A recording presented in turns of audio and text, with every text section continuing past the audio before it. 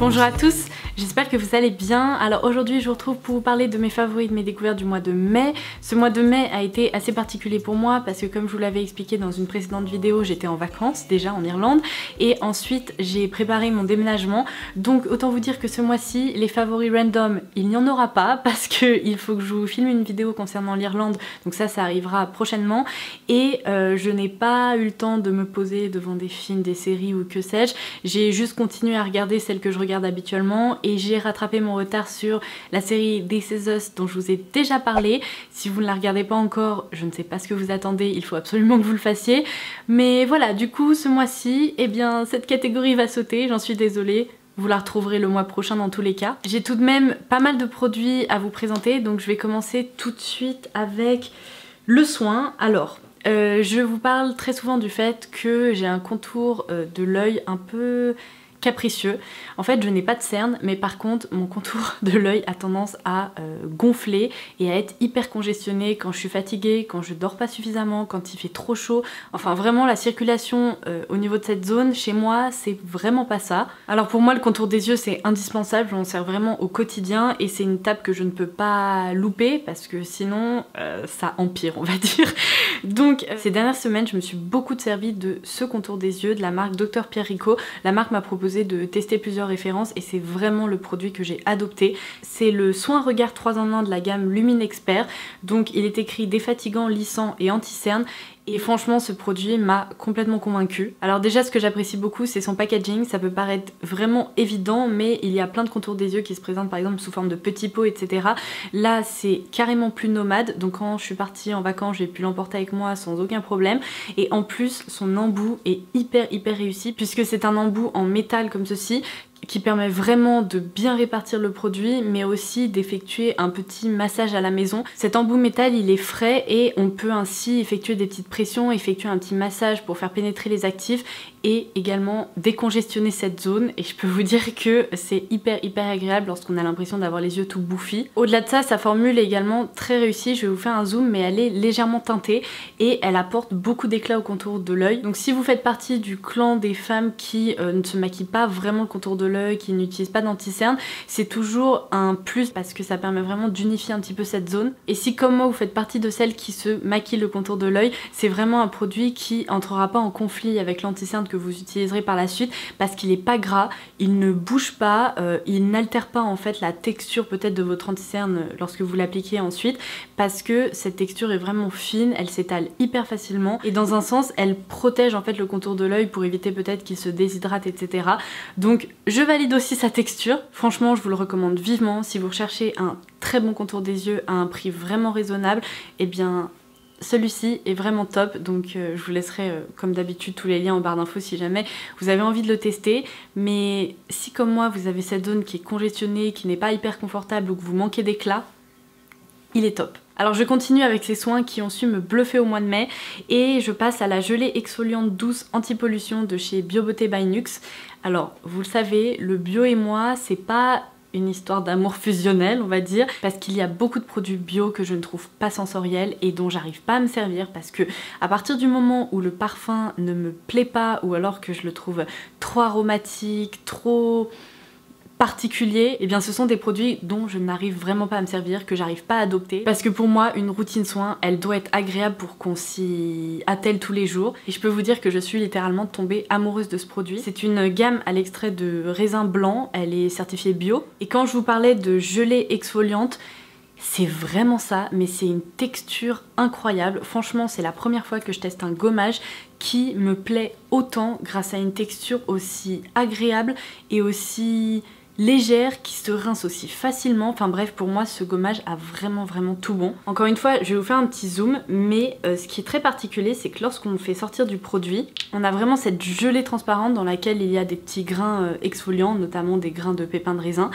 Et lorsqu'on commence à la travailler sur la peau, elle se transforme petit à petit en une huile très légère, assez aqueuse finalement, qui se rince en un clin d'œil. Vraiment, c'est une texture évolutive qui permet à la fois d'exfolier, de lisser la peau.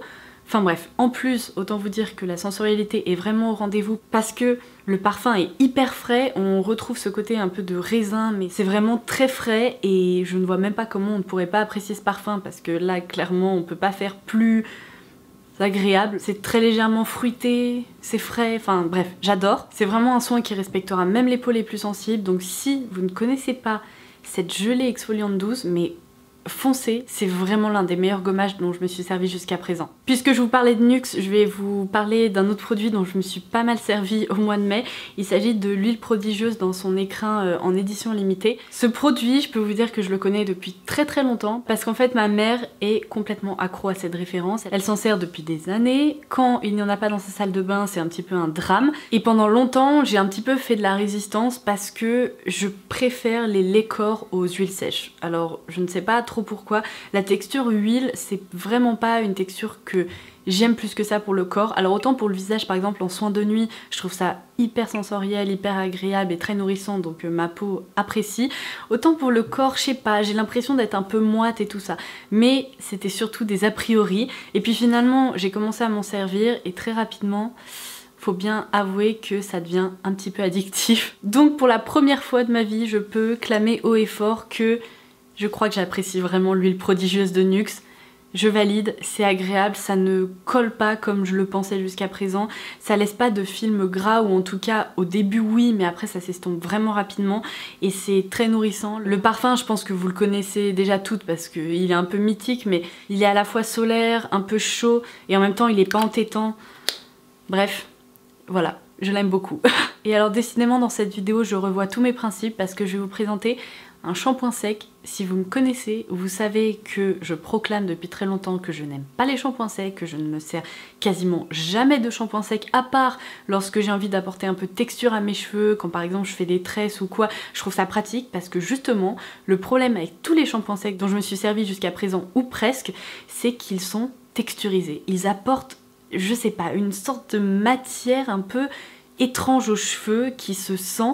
Alors parfois c'est un peu poussiéreux, parfois c'est épais, d'autres fois ça transforme les cheveux en espèce de matière cartonnée très très étrange. Et de façon générale, je préfère 1000 fois me laver les cheveux plutôt que d'utiliser ces produits là qui camouflent entre guillemets la saleté, mais en même temps on a l'impression de pas avoir les cheveux propres après. Enfin, vraiment, c'est pas un produit dont je me sers au quotidien. D'autant plus qu'après le buzz qu'il y a eu autour de Baptiste, et je peux vous dire que j'ai testé plusieurs références, je les ai toutes détestées, eh bien je m'attendais pas à apprécier autant ce nouveau shampoing sec dans la gamme Ultra Doux de Garnier. Alors sa particularité c'est qu'il a été formulé pour les cheveux fins et délicats, ce qui est plutôt le cas de ma chevelure. Et donc celui-ci c'est le shampoing sec purifiant doux délicatesse d'avoine à base de crème de riz et de lait d'avoine. Dans tous les cas vous pourrez le repérer facilement parce qu'il a un bouchon un peu rose perlé et son packaging est complètement blanc. Et bien pour la première fois, je peux le dire, ce shampoing sec ne laisse aucun résidu dans les cheveux, mais aucun.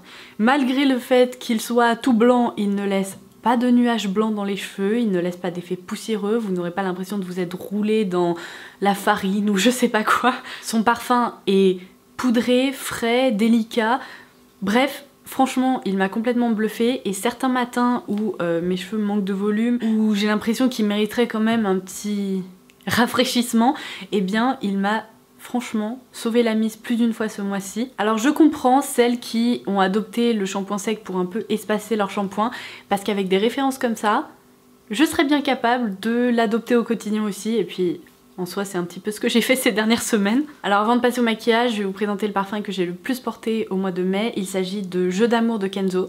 Alors ce parfum et moi on a une petite histoire qui remonte parce que je l'avais reçu en miniature lors d'une commande de chez Sephora ou je sais pas quoi.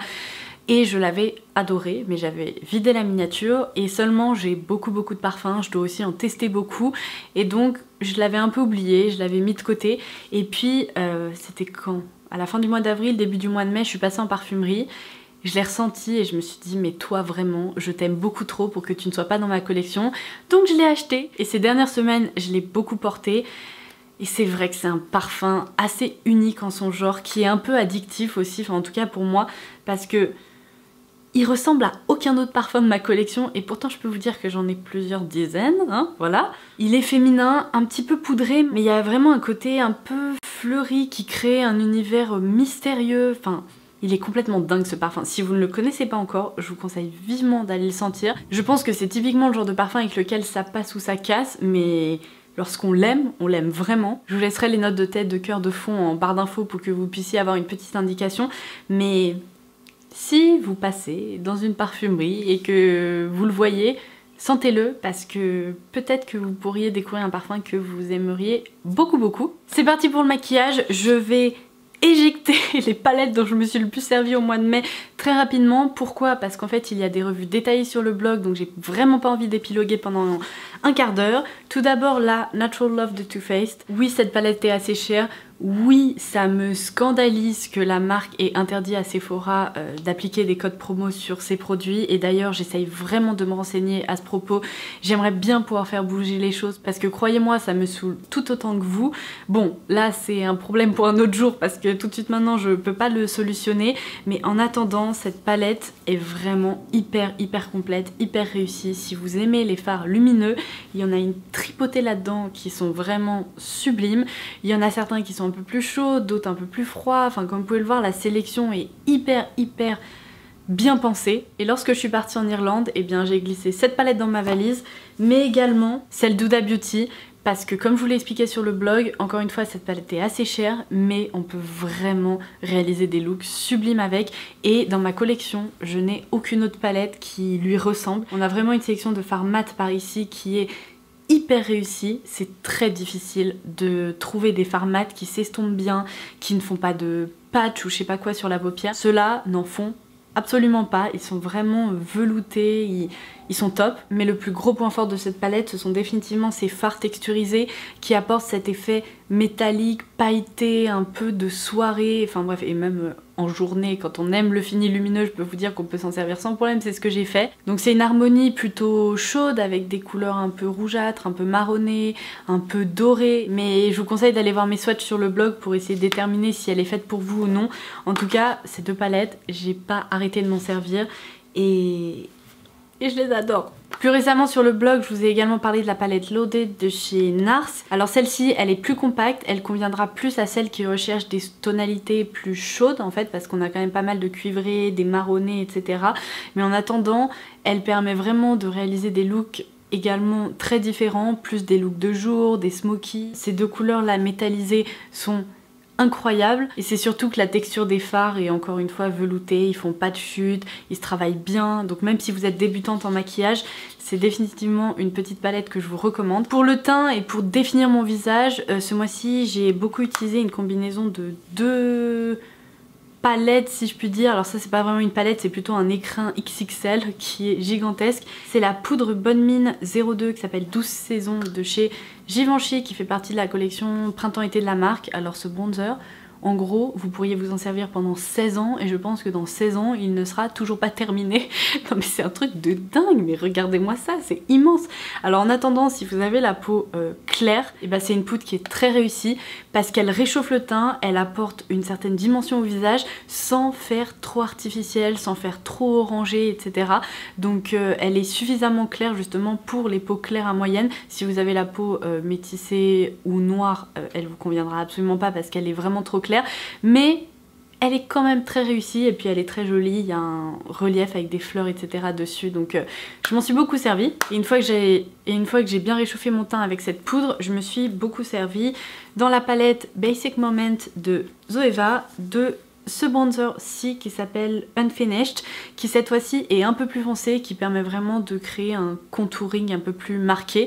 Alors vous le savez, je fais pas du tout de contouring à la Kim K, mais en attendant ça permet vraiment de définir un peu le visage de façon quand même naturelle et donc je l'aime beaucoup. Je me suis également beaucoup servi du blush un peu pêche juste ici, c'est celui que je porte aujourd'hui. Très peu de l'highlighter, je dois bien l'avouer, en même temps c'est ce que je pensais parce qu'il est un peu trop doré à mon goût, mais ma revue détaillée concernant cette gamme, enfin cette collection Basic Moment de Zoeva ne va pas tarder à arriver sur le blog, donc soyez patiente. Les rouges à lèvres dont j'ai préféré me servir au mois de mai, ce sont ceux-là. Ils m'ont complètement bluffé, je les adore. Alors pas tous, je vais vous expliquer pourquoi. Vous allez me dire déjà de quoi parles-tu. Il s'agit des rouges à lèvres liquides Gen Nude Matte de chez Bernay Rose. Alors ma vidéo n'est pas encore filmée mais je pense que je vais vous la proposer, je vais vous faire une vidéo swatch de cette gamme puisque j'ai quand même des choses à vous dire à leur sujet et ils méritent vraiment d'être présentés dans une vidéo, donc je vais essayer de faire ça ces prochains jours. Aujourd'hui sur les lèvres je porte celui-ci, c'est la teinte Boss. J'ai ces deux couleurs-ci dont je me suis également beaucoup servie ces dernières semaines. Donc tout d'abord la teinte Friendship et ensuite la teinte Swag. Pour vous donner un aperçu rapide de cette gamme, c'est un peu le même principe que les lingeries de NYX, c'est-à-dire qu'on retrouve quasiment que des teintes nude. Et parmi cette harmonie de nude, on retrouve à la fois des teintes très claires, mais également des teintes plus foncées, des sous-tons plus mauves, plus roses, plus bruns, plus nude. Et tout le monde peut trouver une teinte facile à porter au quotidien pour rehausser la couleur de ses lèvres ou même carrément trouver une couleur qui s'accorde très bien avec les différents maquillages qu'on a l'occasion de porter. La seule différence entre les lip lingeries de NYX et ceux-là, c'est que leur texture est tellement plus réussi, mais tellement. Alors je parle pas des NYX parce que j'ai déjà eu l'occasion de vous dire que certaines teintes n'étaient vraiment pas top, qu'elles pouvaient faire des paquets, qu'elles se comportaient pas exactement toutes de la même façon. La texture des Gen Nude Matte est incroyable. Elle est veloutée, elle se fait complètement oublier, elle est confortable, elle n'est pas asséchante, enfin bref. Je l'adore. Alors j'aurai l'occasion de vous en reparler, donc comptez sur moi, je vais m'y atteler. Mais dans cette gamme, il y a également des teintes qui sont très claires que je ne pourrais jamais porter. Je ne sais pas qui peut porter ce genre de teinte, mais voilà. En attendant, il y en a vraiment pour tous les goûts. Il y a certaines teintes qui sont tellement belles. Donc voilà, pour les lèvres au moins, j'ai fait le tour rapidement. Pour les yeux, j'ai l'impression d'avoir un siècle de retard. Ou presque, parce que j'ai enfin commencé à me servir des ombres Black Star de chez By Terry et je peux vous dire que je ressens quelques regrets à ne pas m'être penchée sur le cas de ces fards à paupières en stick avant, parce que waouh! Mais vraiment, quand je m'en suis servie pour la première fois, je me suis dit mais c'est quoi cette folie? Ces ombres à paupières en stick sont sublimes, mais sublimes.